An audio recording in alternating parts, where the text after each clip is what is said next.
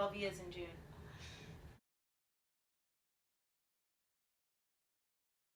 We first met each other when I was 17 and Brad was 23. But then we met again when I was like 35. And how old were you? 41.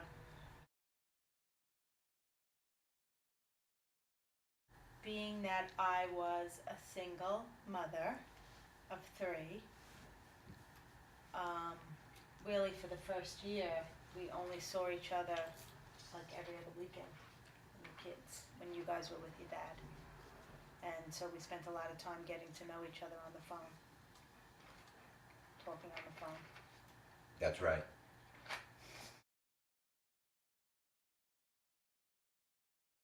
We got married because we were in love with each other and we were very compatible.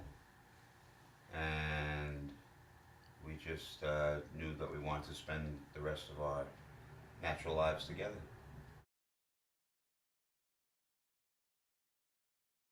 We were engaged for about a year, right? Less. 8 months. Right. Yeah, we were engaged for 8 months, but we were together for 2 years at that point. And we spent a lot of time together as a family once we got engaged. So, because Brad was going to have an instant family. So, we did a lot of things together. And, family things. And we talked about, we had like counseling sessions with our pastor, who also thought we were very compatible, remember? Mm-hmm. And for us, the most important thing was our relationship with Jesus. So Jesus is the center of the marriage. And we both felt that way. And we got to know each other more during the time we were engaged. We talked about things like money and, discipline and chores in the house and all those things that make people uncomfortable.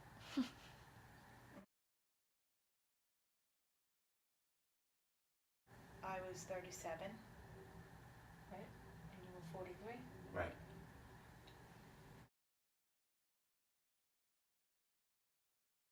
I was looking for someone that shared my faith, and I'm not just saying that because this is for school, someone that shared my faith, that would cherish me, respect me, and be a partner and be a good role model for my children. And I was also looking for somebody who shared my faith and somebody who I could, that I not only was in love with, but enjoyed their company and we were compatible, not just as lovers, but also as friends.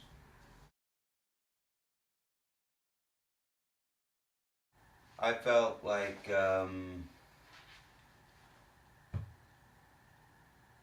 I knew that my life was going to change a lot, especially marrying a woman with 3 children. And it pretty much, was in line with what I expected. And although, there was a period of adjustment for me, but I expected that. And one of the things that I grew deeper in understanding of was that no other person is responsible for your happiness.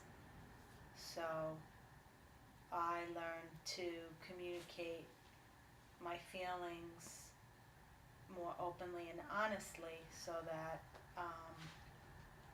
Brad would know my expectations instead of me thinking that he should guess, or he should just know, because I think a lot of women do that. He should just know how I feel, or he should just know what I want.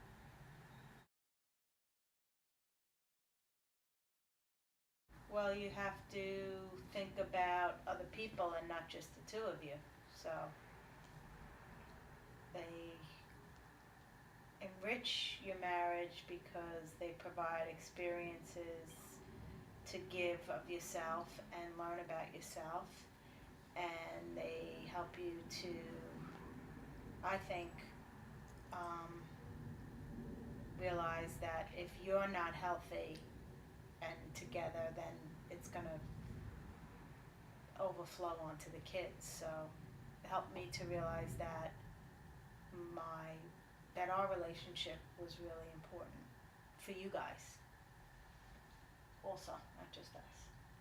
Yeah, like you said, they challenge you in a way that you learn a lot more about, you know, being responsible and taking care of other people, and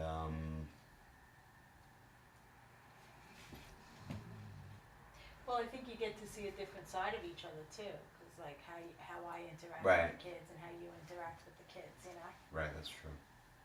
Whereas if you didn't have children, you wouldn't see that person in that capacity. So like I just said to Brad the other day, I really appreciate how gentle you are with the kids. Right? Remember? You did say that. Yeah.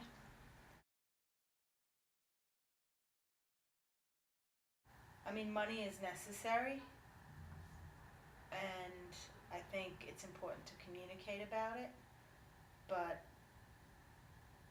it's not very important to me. It's necessary to live, and God provides, but it's not, you know. Yeah.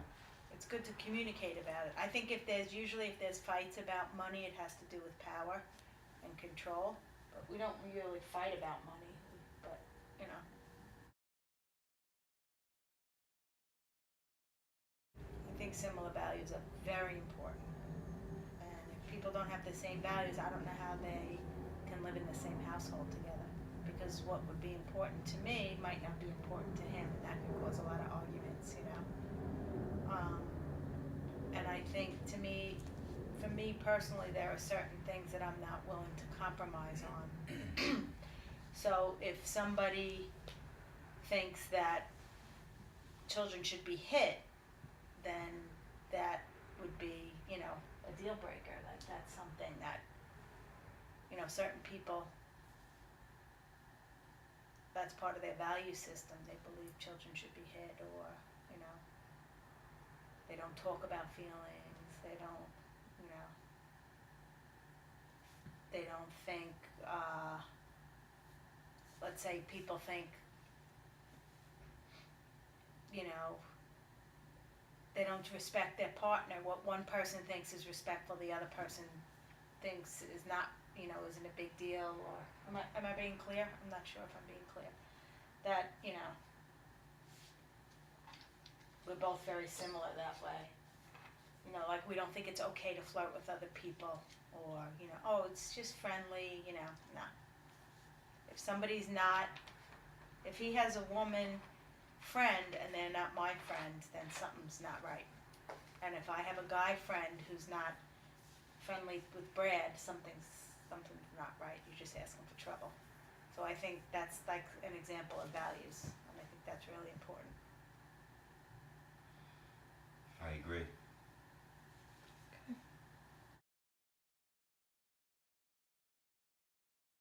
My advice would be to wait, because typically you're not really equipped to make that kind of lifelong commitment and decision, and you, I don't think you really know what to look for in a mate when you're that young, you know? I mean, I know maybe some people do, but I think the majority of people that are teenagers are not ready to make that decision. What do you think? I agree with that, and I also think that they should also wait when it comes to sex, because that changes the whole picture, and you just don't get to know each other It's like false intimacy. as well. Yeah. Yeah. And so the longer you hold off on that, the more you're going to get to know each other and see if you really Or compatible. are compatible. Mhm.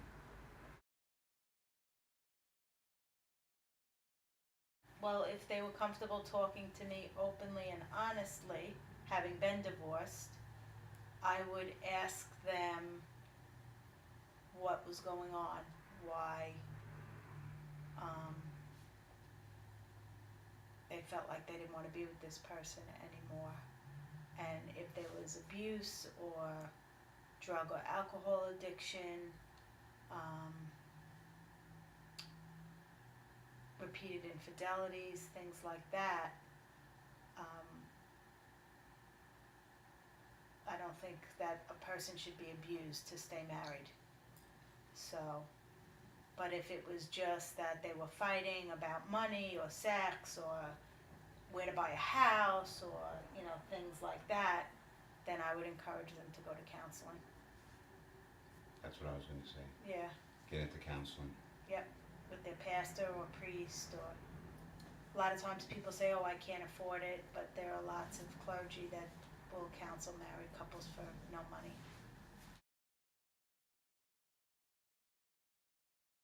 I don't really think I would do anything different. I don't think I would do much different either.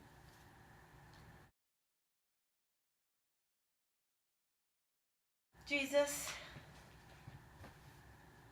That's my answer. Yeah, the same, and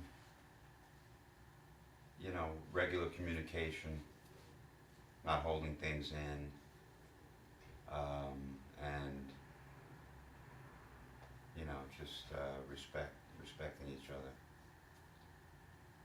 And Jesus has taught me how to do all those things, so to communicate, to be respectful, that love is a verb, not a feeling. Usually when, people get together, it's because they're in lust with each other. They like the way each other looks. And that, hopefully develops into love. And then when you get married, as you go through certain trials and experiences, your love deepens. And for me, I know, Jesus has taught me how to love Brad and you guys more deeply. It's not just about what can I get or how do you make me feel. It's about really loving with the love of Christ. And sometimes that's hard, sometimes that's saying things that, the other person might not want to hear, but it's for their benefit, or like the Bible says, iron sharpens iron. We become more healthy and whole and mature due to the experiences that we have with our families and our friends. And sometimes they're not always pleasant, and sometimes they are. Absolutely not. No. Why? Because it's not a rental type of situation. It's not renting to try something out to see if you want to buy. It's, marriage is it's a covenant between two people and Christ. And when you make a commitment to somebody, you're making a commitment to the whole person through every type of experience that comes throughout the lifetime. What do you think? Yeah, I agree. Shouldn't live together.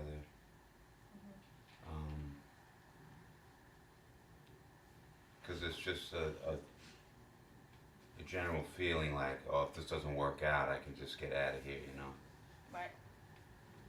And living with each other is difficult at times, I remember listening to Ruth Graham, Billy Graham's wife, being interviewed, and the interviewer asked her, have you ever thought about divorce? And she said, no, but I've thought about murder. So,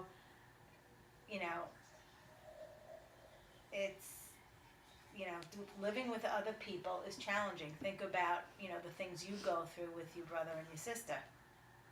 Sometimes they really get on your nerves, but that doesn't mean you don't love them and they're not worth having in your life. So I think that sometimes people are very immature and, they live together and they could have, broken up because they were living together and things didn't go their way and they missed out on the relationship that God had planned for them.